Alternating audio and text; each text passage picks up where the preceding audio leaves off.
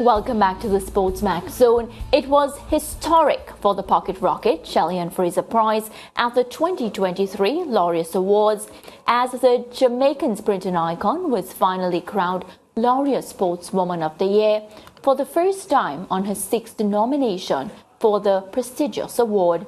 Fraser Pryce clinched her record fifth 100-meter world title in 2022, becoming the first athlete to win 5 world titles in a single individual running event, while later running the third fastest women's 100-meter of all time, clocking 10.60 at the 2022 Lausanne Diamond League.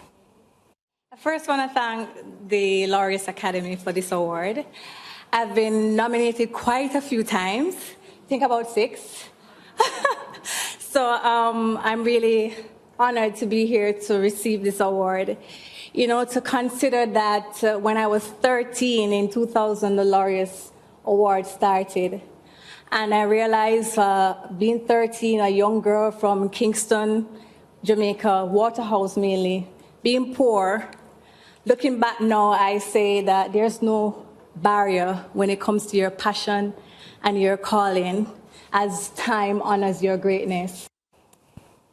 Fraser Pryce also cited the importance of being an inspiration for the next generation of women. And I pray that it will be an inspiration to all Jamaican young girls, mainly the girls from my Pocket Rocket Foundation, to know that there's no limits when you believe what you believe and continue to work hard, continue to inspire the next generation of women to understand that we are strong, we are powerful, and most importantly, we are fearless. So thank you very much. Well, joining us to discuss Shelly-Ann's latest honor is track and field analyst Leighton Levy. Good afternoon, Leighton. How are you doing? Maria, how are you doing? I'm good. I mean, it would have been better if you were on set, but we'll have to make do. Yes, my day off. I need to stop seeing you guys. Well, Leighton, of course, you're coming on to discuss, an honor, of course, Shelly-Ann Fraser Pryce finally cupping that award, and well-deserved. Absolutely, and I think it's long overdue. I think she's been nominated 6 times. In 2010, of course, after her World Championship win in 2009, of course, 2008 Olympics, being the first Jamaican woman to win gold in 100 meters. 2013 was when she won in London in 2012 to defend her 100-meter title. But the year in which I think she would have won was in 2014, when in 2013 she won the triple at the World Championships in Moscow, 100, 400, and of course, 4x1 relay. But that year, I think it was Serena Williams that won that year, because it seems as if there's because track and field has fallen on the pecking order in terms of popularity of sports. Other sports take precedent a lot with the people who vote for the Laureas Award. And then, of course, it makes it significant because this year we had Swiatek won 2 Grand Slams this year, and Shelly was up against a very, very tough field, including Sidney McLaughlin-Levrone, who broke the world record twice in the 400-meter hurdles, and of course won 2 gold medals at the World Championships in Oregon. Of course, it was a very tough field, so it comes out again that she won against a tough field, which actually validates her quality as a world-class athlete.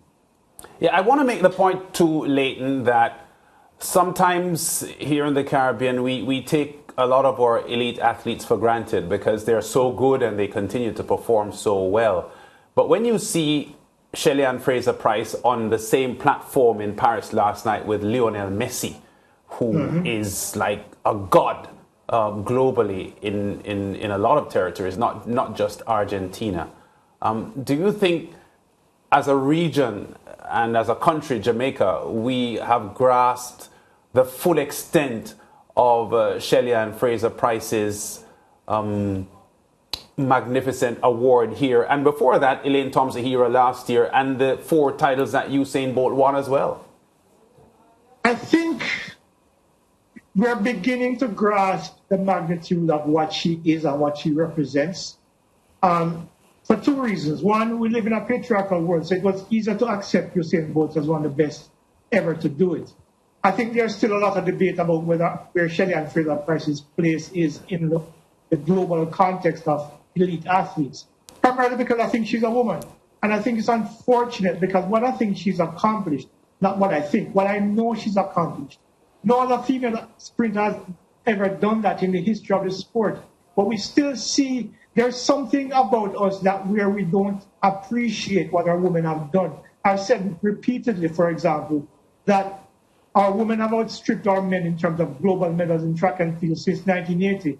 But you would get the impression that whenever our men don't do well is when we think that track and field is not doing well in the Caribbean, which is unfortunate. So I think what is finally happening, though, is that I think Shelly-Ann Fraser Pryce is breaking through that glass ceiling and having people understand and appreciate the magnificence and the magnitude of our accomplishments. And I think it's due time that has happened and is happening, because I think what she has been doing for the last 15, 16 years is nothing short of remarkable, and she will go down in history as one of the greatest, period, across all sports. Yeah, interesting that you mentioned that, Leighton, because I was noting this morning that on his Twitter handle, Usain Bolt congratulated Shelly-Ann Fraser Pryce, and he described her success in some words there where it is, something about the phenomenal legacy that she continues. And it hit me, and to support the point that you are making, that Usain Bolt is 36 years old. Shelly-Ann Fraser Pryce is 36 years old. Usain is 6 years into retirement, and he is enjoying his life. Phenomenal. We give Usain Bolt all his accolades and everything. But I think it speaks to Shelly-Ann Fraser Pryce's amazing and almost unbelievable longevity that the great Usain Bolt, 6 years into retirement, is congratulating Shelly-Ann, who is his age, for being the Laureas Sportswoman of the Year winner. Absolutely. And when you consider as well that Usain got slower each year into his career, Shelly is getting faster each year into her career. She's almost mirroring what Merlin Nazi managed to accomplish, with the big difference that Shelly wins a lot more often than Merlin ever did. So, it goes back again to our appreciation of what she's been able to accomplish. And it's not just on the track. That's the thing.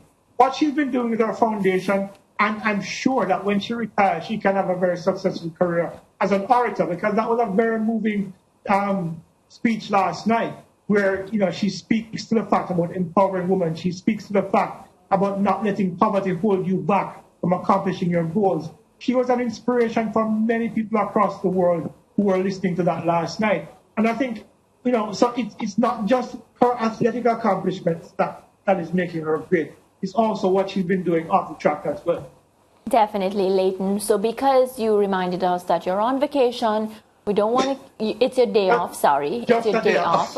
I don't want to keep you too long. So, thank you so much for joining us. As always, we appreciate your contribution, and we'll talk when it's not your day off.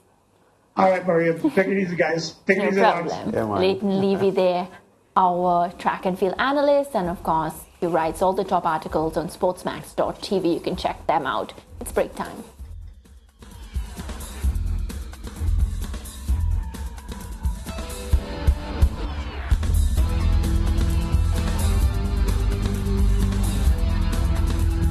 Stay with SportsMax on YouTube and follow us on all social pages for updates, news, and entertainment.